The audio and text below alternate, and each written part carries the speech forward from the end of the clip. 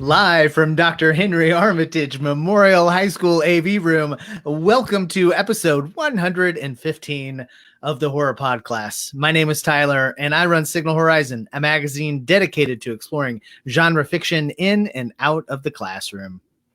And I'm Oren Gray, author and general purveyor of weirdness here at Signal Horizon and elsewhere. In an alternate universe, in an alternate world, I could see you running like a curio shop, and being an actual purveyor of weirdness. So that'd be great. I would enjoy that a lot. Right. That's what we were all meant to do, probably. So welcome, and thanks so much for joining us tonight. Here on the Horror Podcast, we're going to spend some time talking about what we've been watching, what we've been reading. We're going to help you find some free genre content on the internet. And finally, we're going to spend the remainder of tonight's episode exploring our folk horror roots with the 1971 folk horror basic, Blood on Satan's Claw. So welcome. Oren, tell us what have you been doing since last you joined us here on the Horror Podcast? Well, I can finally reveal now, because the column actually went up, that I've been watching Friday the 13th, the series, because I have a column writing about it at Signal Horizon now.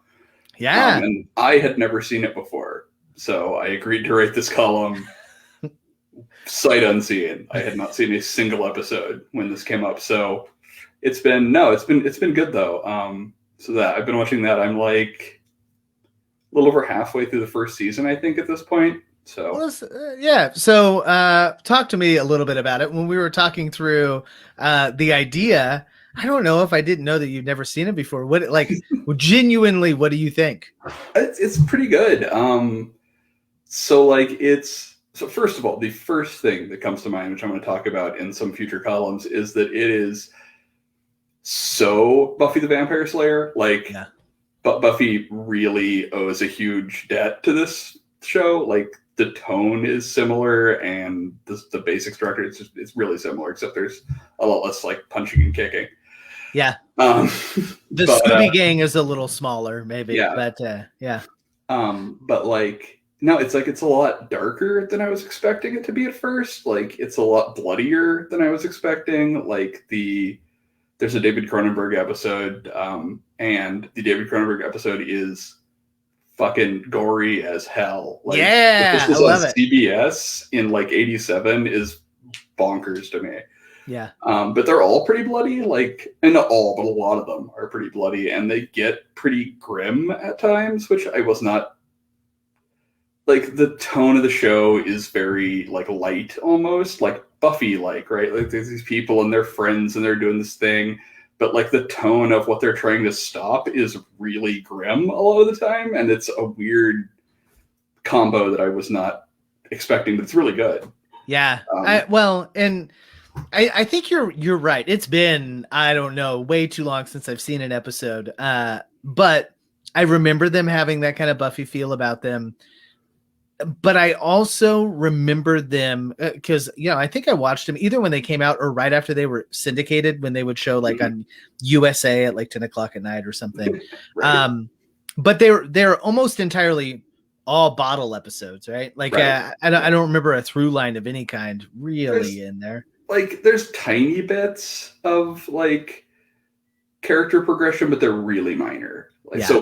So far anyway. Like, there's there's a will they won't they between the two young leads, and there's she has a fiance at the beginning that kind of has a reckoning partway through the first season and that kind of stuff. But it's all pretty minor stuff for the most part as far as continuity goes. Yeah. Well, I am a little bit jealous just because I think so fondly back on that moment in time, right? Like, in that moment in time, you have those, and you also have Tales from the Crypt.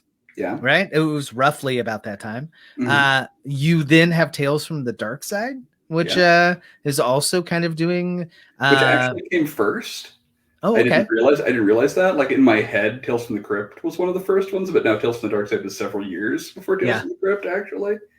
But but it was really kind of a golden age for anthology TV right then. Like, anthology horror TV, anthology, right? yeah.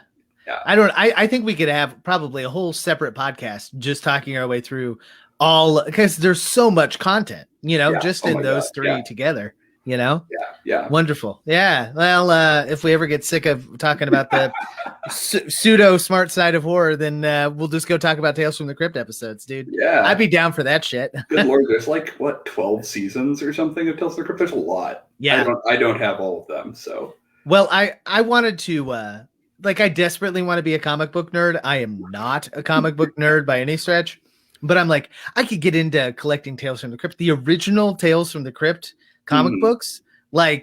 You've got to fucking sell a lung or something to get. They are outrageously expensive. So, are you familiar with I want to say it's called Yoe Books, YOE? Oh, I've got. Hang on a second. Ooh. Oren's going off camera here. Who knows what he's going to spring back into it? So okay, Yoe, got it. Yeah. So Yoe and IDW. So Yoe puts out these collections of old pre-code horror comics, right? So they put in these really nice hardcover. This is Gorgo. This is a collection of Gorgo comics they put out, but they do tons of different pre-code horror comics, and just package them up in these really nice hardcovers, and they're really affordable. They're $20 or something. Oh, dude, that's great. Yeah. And they have tons and tons of them out. And the guy who puts them together, his name's Steve Baines. We're Facebook friends, but he lives in St. Louis, actually, so not that far from us, really. So yeah, but anyway, they're really cool, and they do a lot of those pre-code, really weird Tales of the Crypt type. They're not usually the Tales from the Crypt ones, because those are someone else has the copyright, syndicated, and yeah. Somebody's got some money. But, I love it. I'll have to hit that up. That's pretty rad, dude. Well, I feel like I've done nothing but watch stuff since we met last. I still have a mountain of other stuff I need to cover. Let's start first and foremost. The kind folks at RLJE sent me this bad boy. This is Arch Enemy, which is kind of the newest the newest take on a dark superhero, right? Okay. It's more action than I would say horror. But it would be a little bit like if Unbreakable was directed by an action director instead of a horror director, I guess. It was fun and it was enjoyable. Totally pick up the DVD if that sounds like something that you're interested in. There's a making of featurette on the DVD that's pretty interesting. If you're into filmmaking and that stuff. It was fine. Probably the other thing that I got the other day, if you can see that because of the light, maybe if I can get closer. Random Acts of Violence, which is a movie that, believe it or not, I'm pretty sure I caught at Panic Fest a while ago. I think it was Panic Fest. You know what? 2018 and 2019 all blend together because that's all we have, right? And they were a million years ago.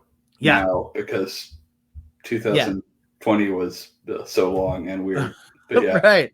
But the premise is it's a slasher for sure, but it's essentially about a comic book artist, and you don't really know his role either as the slasher or as the guy that writes about the slasher. It's that kind of methodology. It's that kind of plot. Right. But totally worth seeing because it's got this really, really harsh comic book veneer to it. So it really is stylized. Very cool. It's out very, very soon. From Shudder, they have a great release for it coming up. It's actually out now, I think, on DVD, so you can totally check it out there. And the last thing that I was watching is Silence and the Darkness, which is now currently out on VOD. And this one reminds me of, did you ever see Night Mama? Night Mama? It's the the weird foreign film with the twins. Good night, mommy. There you go. Like that? Yes, yeah, yes. I didn't ever see it, no, actually, but I know what you're talking about.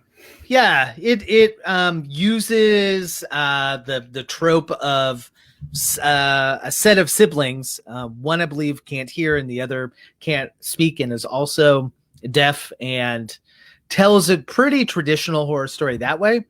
It was super enjoyable. Little kids creep the hell out of me. And unlike the other movie that I was talking about, there's not a hard twist to it. And I also didn't see that hard twist coming like a billion miles away, which I did on Mommy Dearest or whatever that one was. I think maybe the same director did The Lodge. They did. I just checked that. Yeah. Yay. I was like, there's some reason why I never went back and watched that, and it's because it was the person who made The Lodge. Okay. Yeah. Right. And I get that plenty of people like The Lodge, and probably plenty of people like Dearest Mama or Mama Dearest or whatever. I'm never going to correct you. I'm going to let you keep calling it weird. Yeah, whatever. Mommy, I want a cookie. I don't know, you can call it whatever. I did not care for either movie because like the kids are awful, and they're more annoying than they even are evil. So that's cool. This movie though, I fully recommend. It is out now. You should totally check it out. Okay, so this is Silence in the Darkness that we should Silence in the Darkness. Yep. Okay. And that's all one movie. That sounds like it could be two movies, but that's all one movie. Okay. Yeah. You need to see Silence first, which is really just an hour's worth of silence. And then the last 30 minutes, which we call darkness, you don't see anything. It's just a bunch of noises, right? Right. You put them together and you have a full film, right? I kind of want to make that movie now. That's a free idea I've given to you completely. So the last thing I should mention is I have been picking my way through Undertow's new collection, Shadows in Tall Trees 8, I believe. And it's full of fantastic stuff by Kurt Favre, which we're going to mention in just a moment. And I don't know, like you name it, like the people that are writing short horror fiction, present company excluded, of course, are in that particular anthology and are just doing a bang up job with it. So you can get that. It's out. Great stuff. Currently from Undertow. So I think that covers it more or less. I've been kind of dabbling in some other stuff, but I probably will save that for the next episode because there's so much to talk about tonight. Yeah. And something that we haven't done in so long. Let's play some horror trivia. Oh God. Okay. Yeah. This will go great. Okay. So everyone watching at home, share this video with your friends. Let's get everybody involved. If you know the answer before Oren does, I might send you some really cool Signal Horizon swag. I just got a whole bunch more of that stuff in the mail. So nope, this is a Midnight Meat Train question. I remember that from last time we played, so maybe it would help if I sort these better. Yeah, I know. Okay. All right. Here we go. One more. We're gonna try it. Let's go. Question 1. This is the purple bat category, Oren. Remember, we don't really know what these are. We did it one time. We just need to go back and watch the episode where we figured out what they are, and then we'll know again. Yeah, right. Somebody can help us maybe in the chat here. And again, when you comment, it pops up on our screen, so feel free to shout out. All right. Purple Bat for 100, please, Alex. What is the relationship between Ginger and Bridget in Ginger Snaps 2000 version? Is there another version? They're sisters. Is there another version? I don't know. Did they remake it? I don't know. I mean, they made a bunch of sequels and a prequel, but I don't know. Weird. Anyway. Yeah. And I adore them all. Even the prequel that is silly as hell is a whole lot of fun to watch. So I haven't seen them in forever, like the sequels and stuff, but I need to rewatch 2 because I remember being really weird. Yeah. Hey, let's see. Somebody else got the right answer, but got it after we did. Leland says sisters. You are correct. All right. Question 2. This is the slightly turquoise, slightly blue eyeball. Ready? Here we go. Sure. The murder of what family member does Sheriff Wydell avenge in The Devil's Rejects? I would not. I'm terrible at this shit. Like, I've seen it. I know it's a relative. I listened to the question. I could repeat parts of the question. Niece? Is it niece? Great try. The correct answer is his brother. Oh, that's right, because hell, I don't remember. Yeah, it's been too long. Forever. I do need to go back and revisit that stuff. So his brother is the sheriff from the other one? I think so. I think that's right. Okay, yeah. That sounds right. Or we're constructing more of this movie where I'm gonna build the answer to this question eventually from information presented in the question. Hey, you're using your context clues. That's what we talk about in class all the time. All right, here we go. Question 3. This is the purple brain category. In what persona does the titular character of Dr. Jekyll and Mr. Hyde remain upon his death? 1931 version. Right up your alley, dude. Oh man, 31 version. Come on, Dr. Jekyll, Mr. Hyde. I want to say Mr. Hyde. I haven't seen it in a long time. He dies as Dr. Jekyll. He stays as Dr. Jekyll. Okay. Yeah. Yeah. Moving quickly to the orange pentagram category. In what Italian city is John Baxter restoring an old church in Don't Look Now from 1973? Venice. Man, he says very confidently. Yeah. I haven't seen it. I've never seen it. Oh my God, it's so good. We should do it for an episode. It's so good. Oh okay. We'll add it to the list. All right, here we go. This is the yellow hockey mask. I'm almost 100% certain the yellow hockey mask, because it's very evident, is slashers, I think. So, what Christian ceremony is Karen attending on the day she is murdered in Alice, Sweet Alice? Baptism. Took me a minute to think of the word. That is incorrect. What? It's her first communion. First communion. Damn it! It's not. I'm not Catholic, so it's not hers. It's her sister's. It all blends together. No, she's the one who's murdered. Okay, never mind. Yes, first communion. Sorry. Yeah. See, this is why we do these things. We get our brains up and working. I just couldn't think. Yeah, the word was wrong. No, you're right. At least you have some clue on some of these, because it's also super good. Incidentally, yeah. So damn. I think you reviewed the DVD for us. Yeah. Way back in the day. Yep. Because it made me. I didn't go get that DVD, but I did find a copy, and yeah. Like you know me, I'm woefully short when it comes to like my older horror stuff. Mm-hmm. But you are slowly fixing that problem. So yes. All right. Last question. This is the Green World. The killer in The Bird with the Crystal Plumage from 1970 wears what color gloves? I'm going to assume black. Great guess. That is correct. So, I mean, it's a giallo. They all fucking wear black gloves. I've also seen it. It's really good, but yeah, like just safe to assume, right? All right. So, looks like you did okay. 50%. 50% is not bad. Hey, and Leland's been guessing along right with us. He guessed purple the last one. We know it's black because it's a giallo film. So, and they all fucking wear black. There's got to be at least one where they don't. But man, yeah, it's a safe guess. Okay, we'll keep that in the back of our minds. So, just a moment ago, I mentioned the new anthology by Undertow, Shadow and Tall Trees, and there is a fantastic short story by Kurt Favre. Speaking of, we need to get him on the show someday, because I think he would be a hoot to have on here. Yeah. Called Workday, which is all told in a series of like memos, kind of like office memos. So it's definitely corporate horror for those folks that are really into that. And it is fantastic in how it builds dread. And it's got this kind of Lovecraftian corporate entity that hangs over it. So if you don't feel like going and buying Shadow and Tall Trees, which you should from Undertow, you can check that story out for free from Pseudopod. So it was, cool. I think one of their Christmas episodes they just had on. So just a couple of months ago. And it is so good and so fun. And there's this like you get occasionally this other voice coming in because it's all about whether or not you should go to this Christmas party, right? Right. And corporate is like, everyone must go to this Christmas party. And then occasionally you'll get this voice to break through that'll be like, don't go to the Christmas party. Historically, this corporation has killed people and blah, blah, blah, blah, blah, right?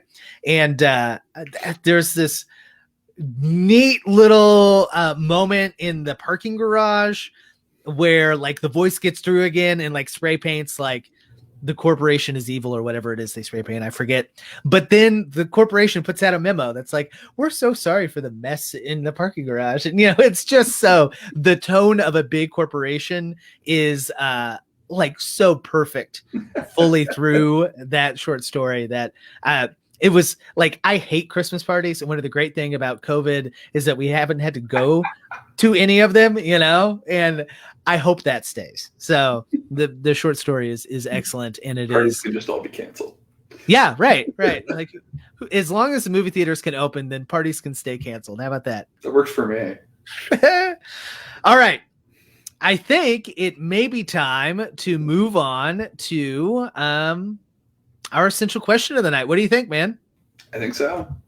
All right. So our essential question is, using the blood on Satan's claw, how has folk horror evolved? And I'm going to pull up, if I can find it. Here we go. I'm going to pull up the trailer. Let's all watch the trailer.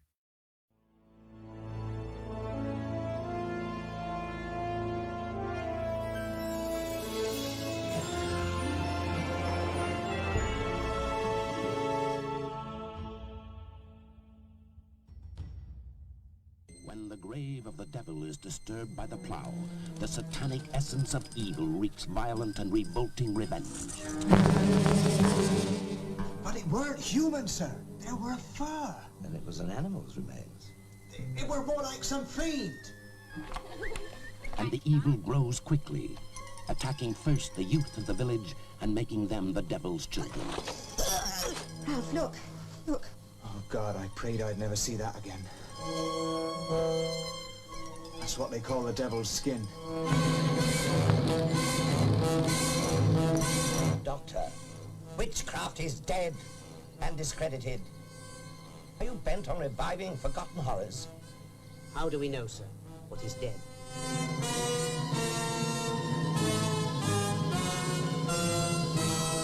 Blood on Satan's claw was like a horrible disease, highly contagious and deadly dangerous.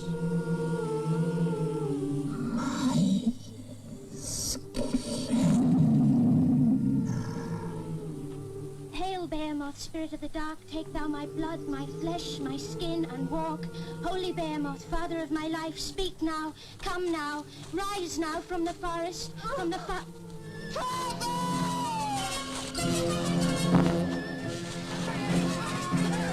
Blood on Satan's Claw stars Patrick Wymark as the judge who tries the devil, Linda Hayden as Angel Blake, daughter of Satan, Barry Andrews as a victim, but innocent, Michelle Dautrice as the devil's child, and James Hayter as the village squire. Thou stole my master's skin. Thou shalt pay with thine. I think thou could be saved. These dogs know how to tear the devil's heel.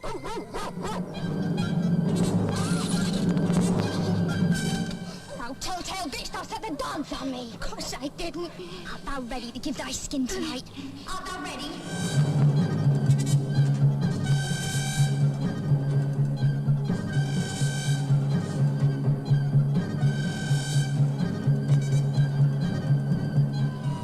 Blood on Satan's Claw.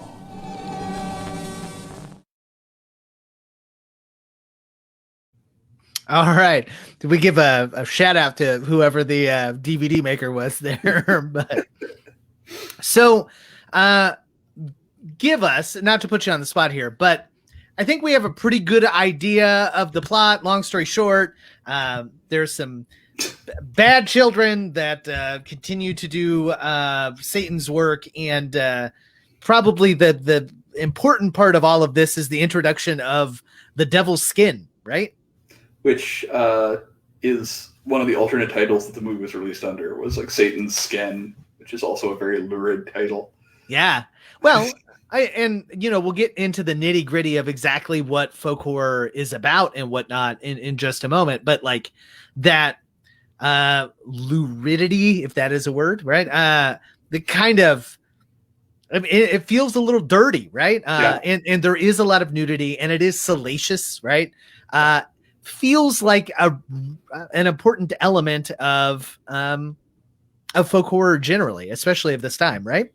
Yeah, absolutely. I mean, and it was definitely kind of a hallmark of horror of this time, especially like. But the folk horror ones, the ones that we talk about when we talk about the folk horror, the Unholy Trinity that we're going to get into here in a minute, they all have in common like a very mean-spirited quality. Like they are cruel in ways that the other horror movies at the time were not. Yeah, to the same extent. Yeah, and I think there are so many interesting things about this period, and maybe. Before we get into the intricacies of each movie, you had mentioned the Holy Trinity. Now, the unholy Trinity, if you will. Yeah. What three movies are included in that? So the typical inclusions are this one, Witchfinder General, and Wicker Man. Yeah, all right. And Witchfinder General was actually the first one made. It was 69, 67, I don't remember. And then this one, and then Wicker Man. So. Okay. And we've talked about Wicker Man on a previous episode way back, I think it's season 1. And I think it shares a lot of similarities with this film. It is, I think The Blood on Satan's Claw is maybe a little darker. Wicker Man feels light from time to time. Mm-hmm. Like almost like a musical, right? Because it kind of is. Right. This does not have that appeal to it.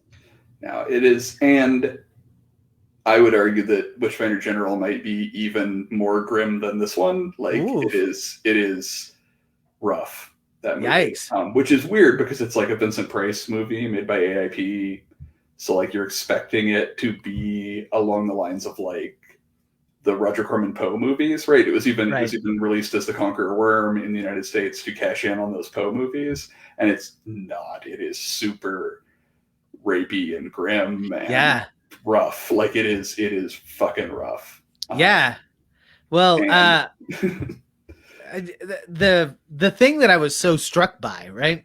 And maybe it exists in Wicker Man and I've just forgotten, which could absolutely be the thing. But you know, I was rewatching this last night for the show to make sure it was, you know, fresh in my mind, and my wife had sat down to like read a book or, you know, grade some homework, whatever it is us teachers are doing at night. And she just happened to sit down right before the incredibly grim, incredibly terrifying rape scene in this movie. And like, there's no getting around. It's brutal and very there and very very graphic, I would say, especially for the time. And like I was like, wow, this sucks. Because up until that moment, there is a little bit of sketchiness, but nothing like that. You know, I was like, oh shit, we're going all in this particular setting. And like one of the things that's, I don't know, I think key to this, and it's kind of true in Wicker Man, but Wicker Man's its own beast. Like it's its own kind of creature. But there are no good guys in this, really. Right? The person they identify in the trailer as like a victim but innocent or whatever is the closest thing we get. Yeah. Like the judge, who is our Van Helsing figure, is a horrible fucking person. Right. Like he is trash. Like he is a terrible person. He's also like on the right side in this movie. Like we're supposed to, like, you know, the conclusion that we reach is that he is indeed doing righteous work, but he's doing it in a horrible way. Yeah. And he is a horrible person. And like, I don't think the movie, I think that's not an accident. Like the movie, it's not the 60s having, or the 70s having different morals than us, or no, he's supposed to be a terrible person. Like there's not supposed to be any good in this, really. Yeah. Well, he's got a bit of soliloquy or whatever you want to call it at the beginning where people are like, you've got to help us. And he's like, okay, I'm going to help you, but I'm going to use whatever method I want to use.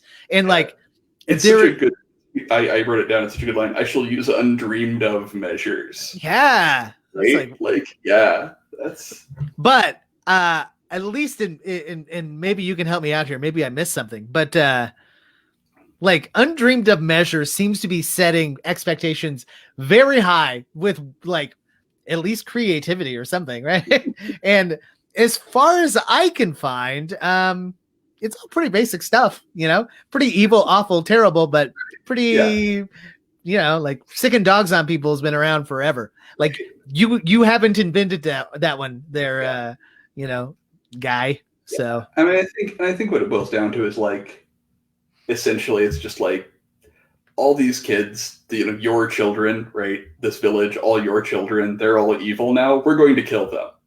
It's basically what he's saying. Like, we're going to kill all your children. Heads up. There's no saving them. We're just going to murder them. So as you know. Right. And I think about half the parents would be like, I'm maybe not, and the other half are like, fuck it. Yep. That's fine. They play in the woods all day long. They're worthless. They don't clean their rooms. It's like, oh, all right. Yeah. So I think now is an important time to probably discuss. There is a ton of literature out there on folk horror generally. And I do want to make a shout out to something Leland has mentioned here in the chat. Adam Scoville's got a book all about folk horror. I have not read it, but sounds interesting. But Dawn Keatley, who is a modern horror scholar, she's one of the editors and folks that run Horror Homeroom, which is another fantastic, if you like kind of smart horror takes, it's another fantastic website to head to. But she's got a great a great paper all about defining what folk horror really is. Okay. And she's got it broken down into 3 categories. I absolutely adore those categories. And I think they were really illustrative to help me kind of understand it. Number 1, every folk horror film has to have some sort of mysterious countryside, right? You can't really do folk horror in the city, right? It changes. It would be something different. So it's got to be in the countryside. Second, it has to involve some sort of monstrous tribe. That would be a group of people that an outsider would feel is different and monstrous and does messed up stuff, right? So I would say Blood on Satan's Claw is 2 for 2, right? So far, right? Yeah. And that was one of the takeaways from this film for me was like the stuff looks legitimately like it's shot in the woods, right? Like people run into tree branches and when they fall down hills, it looks like it probably hurt. And, like it's believable. It doesn't look like it's in somebody's backyard. It looks like they dragged a bunch of people out. Not to derail your 3 points. No, you're good. But it's like a key thing for me, like this and Witchfinder General have in common is that they look really grimy. Like everything looks filthy and grimy and poor and rough. And like, it's really well exemplified in that opening shot that was in the trailer too, of the like wagon wheel turning through the dirt and it zooms in on the wheel and the wheel's all encrusted with mud, right? Like that is the aesthetic of these movies, 100%. Yeah, crusted with mud. Yeah, yep. Yeah, I need more of those movies in my life. It's crusted with mud, and it's hard to do. Like there's nothing bucolic about this pastoral. Like, it's miserable here, right? Like even the good people, in fact, especially the good people, are miserable here. Yeah, and I think kind of taps into some modern folk horror stuff. And we'll talk about kind of the evolution of what folk horror looks like in just a minute. But like The Witch, right? Oh, yeah. Also taps into the fact that like not only did puritanical times suck because like the people sucked and they could burn you because you'd be a witch and whatever, but like literally the setting and surroundings were awful. Nobody is having fun in this setting. It's totally and completely miserable. So yeah, and it makes Satan's temptation seem so understandable, right? Like anything would be better than this. Yeah. And wait a minute. Now I can go have fun with my friends and like have a bunch of sex and theoretically get access to all of this fun that I am clearly not having. You're not having, right? Right. Yeah. I mean, honestly, the comparison sounds a whole lot like being in quarantine, like there is going to be a whole subset of like post-quarantine folk horror that it's like would still like to go to a movie. Yeah. All you have to do is sign your name in the black book and you can have a drink at the bar. I mean, like, fucking sign me up. Yeah. Okay. So go ahead. No. So I did a long time ago, I did a bunch of research into like old, pseudoscience and like folk magic and like people like Paracelsus and those kind of people, Pliny the Elder, and those kind of people who wrote about what beliefs existed at the time and wrote about them as though they were factual. And I did tons of digging into this, and I found like a big list of demons you could summon up at one point. I don't remember where. And like these demons, like they ran the gamut of what they would do. But like, so there's one where you summon them up and they poison your enemies or whatever, right? There's one where you summon them up and they like give you riches, right? And there's one where you summon it up and it will perform any song you want to hear. And that's it. So it's like the Spotify demon. Right. And like, but when you think back, like you couldn't hear that song any other way, right? Like we didn't have CDs or anything yet, right? You had to find someone who knew the song and was good, right? Yeah. So we're gonna have like post COVID, we're gonna have like pandemic demons. It's just like, no, yeah, you can have a drink. Yeah, right. Yeah, you can get within 6 feet of someone and not catch a disease. Yeah, like hail payment. Right? Yeah, 100%. Looking for that demon if we can find him. That demon is called a vaccine, and I, as a teacher, still have not even received a date or a time to get mine. Like, there's like whatever here in the county that I am, they're like still vaccinating 90-year-olds that have like comorbidities. I'm like, Jesus, it's gonna be in June. Anyways, I digress. Back to folk horror. So the third thing, according to Don Keatley, according to Professor Keatley, is that a society must believe in a witch. They don't have to, like, that witch doesn't have to be real, but there is a real importance placed on this thing, this mythological creature, right? In the movie that we're talking about tonight, it is, Satan, right? In Wicker Man, it is a bigger pagan god of which, it's like a fertility or, a crop god, right? Whatever it may be. But I found her analysis that it doesn't necessarily have to be real to be really important for the evolution of folk horror, because it really is the first time that we have seen like the idea that belief in a thing gives it power. Right. And that becomes a reoccurring trope throughout a lot of different horror movies. Yeah. And I mean, it's really vital, honestly, to the sort of unholy trinity of folk horror, because this one is the only one that has overt supernatural stuff in it, right? Like in Wicker Man, it's ambiguous. And in Witchfinder General, there's just none. 100% witches do not exist in Witchfinder General. Huh. Okay. The Witchfinder in question is the villain. There are no witches. Yeah. Well, in the bottom line is, outside of, and maybe I missed something, which could absolutely be the case, but outside of Satan's skin, right? Mm-hmm. There's nothing supernatural. I mean, very clearly, yes, a patch of fur that shows up on somebody is not normal. But I mean, there's like a big monster hanging out over there. That is true. He's the actual devil, probably. Yeah, you do get You're right. Well, I'm trying to I'm trying to get to a place where that power and belief in that monster or whatever gives that monster power and like corporeal form and all that kind of jazz.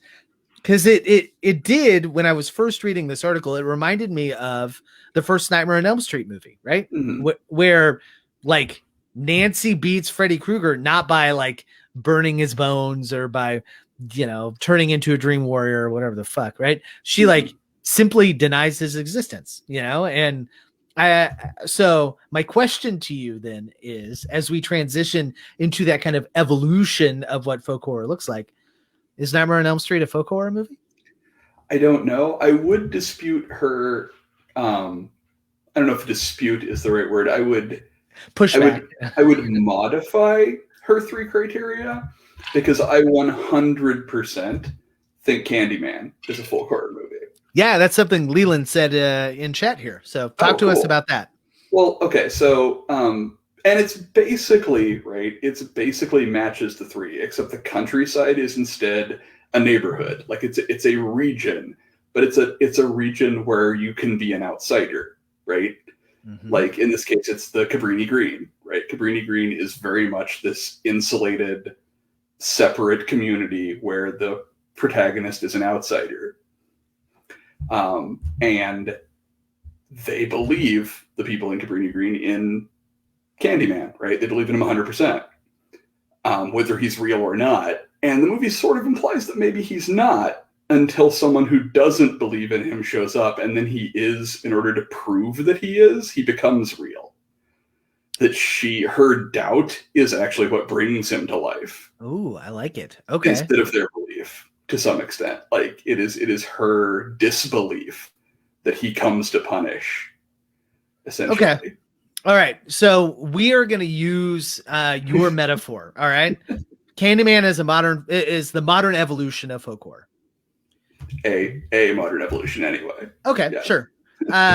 So what happened in the popular culture zeitgeist that we transitioned from belief in something gives the monster power to doubt in something gives the monster power? Because I think those are way different and really interesting.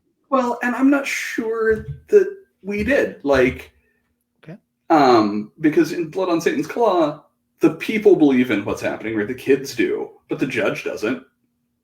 Right? When the guy comes to the judge and he's like, oh my God, I plowed up the devil in my field. The judge is like, that's fucking stupid. Yeah.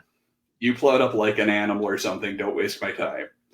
And it's only like when shit starts going wrong, like and then he leaves. And then he's like, and I'm going to fuck off the town. See you guys later. I got shit to do. Yeah. Right. I'm busy and important, and F you peasants. But like, you know, it's only like his doubt sows the opportunity, right, for it to grow. If he had been like, fuck, yeah, you're right, let's go check that shit out right now, right? It might not have had the opportunity to take root, and it took root, right, first in the house he was in. The first place it manifests is in the house he lives in, or staying in. Okay. And so I'm not sure there was ever... I think there was always a charge between doubt and belief in folk horror for as long as we've had it in movies anyway, because it's there in Wicker Man too, right? The cop is a believer, but in something else. Right. He's a believer in Christianity who is thrust into this very different world that he doesn't believe in, and his disbelief dooms him. I like it. To a large extent. I mean, so I think there's always been a tension between belief and disbelief that has informed folk horror, at least in film. You know? Yeah. I think you might have stumbled upon one of the key kind of factors in the way I see folk horror, which is the subtext, right? The conflict in the subtext is about that tension. It's never like, it's not about the bees, right? It's not about fucking Satan's skin. It is really the tension that comes between what we believe in, what we choose to believe in, and when we have a set of beliefs and somebody challenges them. Both the children of Satan in this particular movie, but also, the protagonist who doesn't necessarily believe, right? I think that is super interesting. Right. And when he chooses to act on his beliefs or act on his lack, when he chooses to intervene, he does so in this very like self-righteous way, right? Like, even though he denied this earlier, when he shows up, he's like, I'm on the side of God, basically. And he really shouldn't be, right? Like, he kind of dismissed this earlier. You dropped the ball, guy. Yeah. And now all these children got, right. A VD that turns their skin into fur, right? Right. Way to go, dude. Yeah. This is kind of on you, guy. Right. Yeah. What a dirtbag. Yeah. Well, before we run out of too much time, though, I wanted to talk that evolution step, right? Because there is another fascinating article about modern folk horror as told through digital artifacts. Okay. And so the name of this article is Digital Folklore, Marble Hornets, the Slender Man, and the Emergence of Folk Horror in Online Communities. And it's by Dana Keller.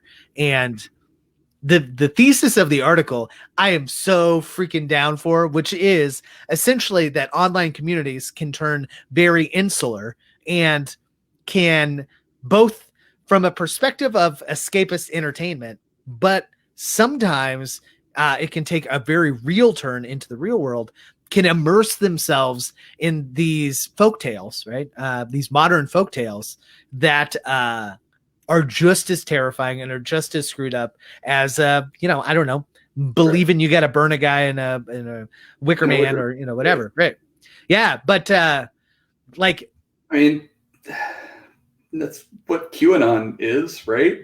That was my immediate thought. He doesn't mention QAnon at all, but I'm like, holy shit! Like, right? I mean, it's a monstrous tribe that believes a monstrous thing, essentially, right? Yeah, right. They believe in the monster regardless of whether or not the monster is real, right? Like, it doesn't matter if Q is real or not. Like, and like the people. And again, I keep talking about Witchfinder generally when we're supposed to be talking about Blood on Satan's Claw, but it's interesting because it's flipped, is why I keep bringing it up. But like, one of the themes that comes up a lot is that like people who believe will do terrible things because they believe they're justified, whatever they believe, regardless of what they believe. And it's in this one, it's both sides, right? The devil's children do terrible things because they worship the devil. The good guy does terrible things because he believes he has to put the devil's children down, right? Like, he does terrible things. He murders children. Yeah, and I was working on a graphic. I didn't get it done right now, but there is a scene of like everybody kind of celebrating around the Wicker Man. We don't get any of those wide shots in Blood on Satan's Claw, but there is this wide shot of all these people. They're not doing anything violent, but they're very clearly all there, and there's strength in numbers, right?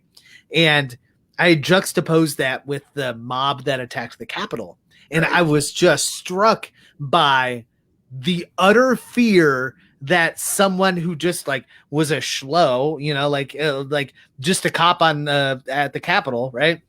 Who was like, what in God's name is this? And what have we done? What has Q wrought? And it is these crazies that are attacking the Capitol. And I think it is easy for us in the middle of the country, who may or may not have had to deal with a family member that has succumbed to the Q cult, to make light of it. But I think in seeing it in that group context, fucking utterly and completely terrifying, right? I mean, it's scary. So the article mentions Marble Hornets, which is a fantastic ride. It's a YouTube thing. That's where we get the first introduction of Slender Man. But the very real like evolution of the Slender Man was that there was somebody that murdered, I think, 3 people because she was convinced that the Slender Man was real and was coming to get her, or, whatever it was. But like, these things are important because A, they impact the real world, but B, they exist regardless of whether or not the Headless Horseman exists, regardless of whether or not these bads are real. And that should give all of us pause. Yeah. Or not, whatever. The bottom line is, I think there are a whole bunch of different examples of modern folk horror. The last article I want to mention is this really fantastic article about folk horror in the Ozarks. And like I mentioned earlier, we are from Missouri. This one struck home and is specifically about a fantastic movie called Winter's Bone, which is what gave Jennifer Lawrence her kind of big boost. I think she was nominated and won an Academy Award for that. So sounds right. Yeah. But it mentions how there are areas of the country like the Ozarks that have a set of rules and regulations that appear very foreign to somebody outside of that. And it's those kind of unspoken rules that tend to make interlopers feel uncomfortable. And at least with Winter's Bone, you overlay that with a culture of meth use. And now you have like fucking crazy people that are hopped up on drugs that are so incredibly foreign that I don't know. I found the entire article really compelling in its description of insular communities and drug use, especially as their own insular communities, as modern incantations of folk horror. So, and leaving like, because Winter's Bone is a naturalistic film, for the most part, but like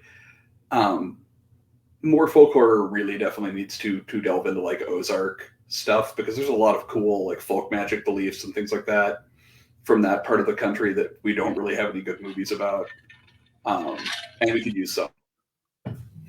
Yeah, totally. I think on this discussion, before we move on to 4 movies, Leland will have our last word. Folk horror tends to be a reflection of the land and thus the people. It's the horror of our own people. Yeah, dude. It's really, I've seen the monster and the monster is us, right? Yeah. And I mean, like, as much as so folk horror, sorry, I'm gonna ramble a bit here. Do it. So folk horror, like we trace it back to these 3 movies, right? And for various reasons, these 3 are the ones that we kind of cite as the origin of what we currently think of as folk horror. Like, they had predecessors, of course, and of course folk horror draws from actual folk traditions and blah blah. But like, we didn't really start talking about it until like the 2010s, right? Like, it's talking about it and codifying it and grouping it like this is a relatively recent thing. And I think that there's a lot of reasons why folk horror is really resonant right now. Oh yeah. That's great. Like we're really into folk horror right now. And there's lots of reasons why. But yeah. Well, and I think that article by Professor Keatley I mentioned earlier discusses how the director of this film, whose name is Piers Haggard, is really given credit for kind of using the term most fluidly, or I don't know, like most definitionally in regards to his film in a interview that he did with Fangoria right about that time that you mentioned. I think it was like 2005, right? And then from there we kind of built up, I would say, the scholarly work around folk horror as we know it. And like the Mark Gatiss interview thing on the BBC where he talked about folk horror, like, and kind of named these movies as what he was talking about, was like 2010. So yeah, there was like the Piers Haggard interview and then him saying that, and then like most of the scholarship has come after that. Yeah. But also, like, there's been a really huge interest in it, right? There's been a big desire for it. There's been several books published about it, several anthologies themed around it. Like, it's really popular right now. Yeah. And there's a lot of really good reasons. Yeah, and I think that discomfort, that unease that we have regarding folk horror generally, is reflective of our general unease and distrust of one another. And I think until that goes away, that there is going to be a lot of room for folk horror as we know it to develop, right? Yeah, So if you look when these movies came out, right? These movies came out in the late 60s into the early 70s. We were looking at like the civil rights movement. We were looking at, you know, the hippie movement, the culture war, right? Culture wars, generational divides, you know, and we're kind of right there again, right? Yeah. Like, right. Yeah. So, Yeah. you know, I like we'll do the remake and we'll call it Blood on Q's I don't know, Blood on Q's flag or something. I got that. That's all I got. Q's ugly Trump t-shirt.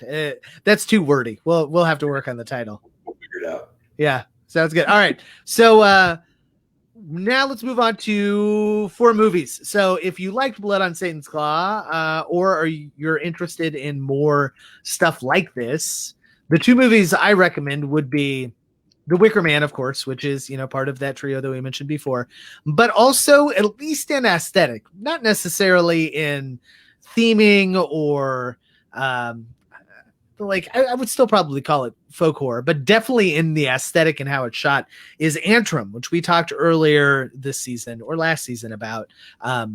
But it's like, you know, one of those movies that supposedly, you know, drives you insane if you watch it. It's a modern film shot to look like it's from the 70s. Yeah. So yeah, interesting. What were your 2?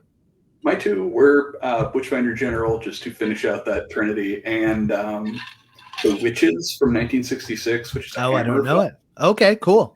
Written by Nigel Neal, which we all know how much I love Nigel Neal on this show. Of course. But it's very much about like it's a more modern, so it's modern at the time instead of being set in the past. But it's very much about like folk beliefs persisting in the modern day in secret, essentially. Cool. So I dig it. I know you can find Antrim and Wicker Man both, I believe, on Amazon Prime still. Any ideas where they can find yours? I put you on the spot. I didn't tell you to put this in. I don't know off the top of my head, but I can drop them in the show notes if I find them. Perfect. Blood on Satan's Claw you can watch on Shudder, I believe. Right? Yeah. And also, not that I told you to do this, but I think there is a quasi-legal version on YouTube. Seems to be from like a reputable site. So I don't know if it's one of those things where the copyright is a little iffy. I don't know. I watched it on my very nice Severin Blu-ray. Oh, fuck yeah. Of course you have that. Yeah, of course. Well, somebody that probably watched a shady ass version of this on YouTube or somewhere else is anonymous letterbox user who left us a 5-star review where they argue, I was assured that The Blood on Satan's Claw was an actually good film for years. Upon watching it, I discovered that it is a terribly boring movie, but it shows a lot of boobs, which helped tremendously. If you would like to see some terrific female nudity, you could watch The Blood on Satan's Claw, or you could just Google the word breasts and see something equally as impressive, but not nearly as long. So yeah, it does have the requisite nudity. I mean, like, I feel like maybe I've gotten jaded by watching a lot of Jolly or something. I don't know. Like it has quite a bit for 1971. But I mean, like if what you want to see is lots of boobs, watch Strip Nude for Your Killer, the movie where no one owns clothes. Watch that movie. Oh, okay. Instead, That's a new one for me that I will have to add to my letterbox list. Yeah, like that was my immediate thought. There are boobs in this film. Here, and, yeah, you know, she's a very attractive woman, but yeah, both of those are very true. But also because I've seen a billion trillion horror movies, but also a billion trillion movies from like the mid to late 70s. Like before the internet, there was like HBO after 10 o'clock was showing some lame like Italian 1978 romance movie, you know, right. Like come on. I mean, right. Every movie from overseas in the 70s was just boobs from Hell to Breakfast, right? Right. Yeah. That's what you got. It was all of them. Like it's not. Yeah, this is nothing spectacular when it comes to that. Notable in that regard to any huge extent. Yeah. So as usual, yeah, our anonymous letterbox user got this one wrong. The scene, so an interesting side note, the scene when she disrobes in front of the priest in the church, in the version I first watched, which was I don't remember, I think it was the American version at the time. This was before the Blu-ray. The film had been artificially darkened in that shot, so it was harder to see, which was a thing that they did to like get around not censors, but functionally censors, right? To get a better rating. They darkened the film on that shot so you couldn't see it as well. So they did the version of like the horror video game where they're like, can you see the border? You know, and they're like, if you turn it way down, they're like, I can't see anything. All right. Well, good try. Good try, censors. Good try. All right. Anything else to say about the blood on Satan's claw before we, wrap up for this evening? Actually, there should be quite a lot, but we're out of time. So yeah, we will put all of our, like, this was one of the most fun episodes to prep for because there is so much really great, really smart literature out there about folk horror. I'm 100% confident this is not the last time we will revisit it as a topic, but probably the last time that we will visit Blood on Satan's Claw, at least in this detail, right? So very good. Oren, where can they find more of your stuff on the web, my friend? I am, as always, Oren Gray at every place: Twitter, Facebook, Instagram, Letterboxd, whatever. And at orangray.com. And now a column at Signal Horizon, right about Friday the 13th. So yeah, can't wait to read the next one. You can find more of my stuff at Ty Unsel on Twitter. I'm also the one doing most of the day-to-day stuff, social media and editing and all the editor-in-chief stuff at signalhorizon.com. Speaking of, if this is your cup of tea, if this is something that is interesting to you, we would love to get your feedback. If you would go to iTunes and whatever podcatching service that you use, leave us a 5-star review, subscribe, let us know that you like what we're doing in the comments.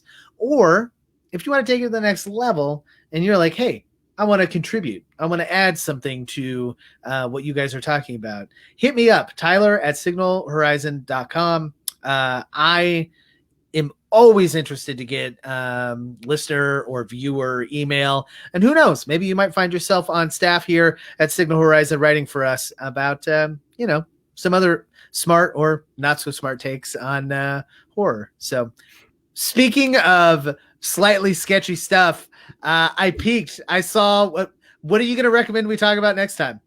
I'm going to keep us on the folk horror bandwagon, and we're going to talk about Rawhead Rex, because I learned Rex.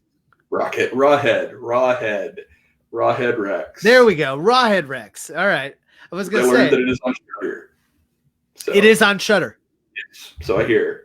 All right. I know nothing about that film other than I think you mentioned it on Twitter or some shit the other day, and I was like, I don't know what that is. It's a Clive Barker movie. It's the terrible Clive Barker movie. So it's going to be good. It's going to be good fun. I can't wait. One of these really terrible movies that we do, though, we got to do another live tweet and see if we can't get a big enough audience to follow the madness and the craziness that is that bonkers movie. And this one, pretty bonkers, pretty crazy. Pretty bonkers, yeah. All right. You about it, huh? This is going to be good. No, this is going to be great. All right. Dude, you were setting expectations very high, my friend. All right, ladies and gentlemen, thanks so much for joining us tonight. We'll catch you not next Thursday, but the Thursday after that when we're talking about Rawhead Rex. Until then, witches aren't real, but you can believe in them if you want to. And class dismissed. Bye, everybody.